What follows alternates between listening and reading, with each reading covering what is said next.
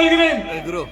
இன்று தளி தொகுதியில் கிட்டத்தட்ட ஒரு 15 வருஷமா நம்ம தளி தொகுதி பின்தாங்கி இருக்க காரணம் கம்யூனிஸ்ட் கட்சி.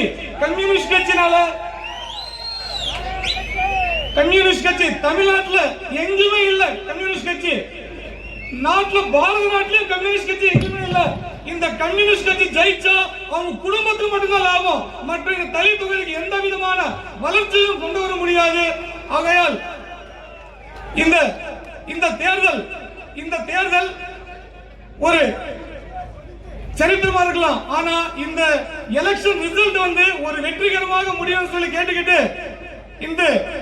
இந்த தளி தொகுதி வரும் தேர்தலில் 23ஆம் தேதி இது கிட்டத்தட்ட நமக்கு இருக்கிறது ஒரு 8 நாள் தான்.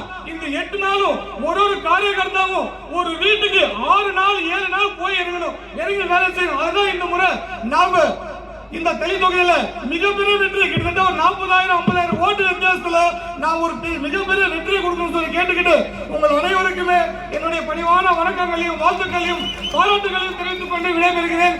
பாரத் மாதா கி!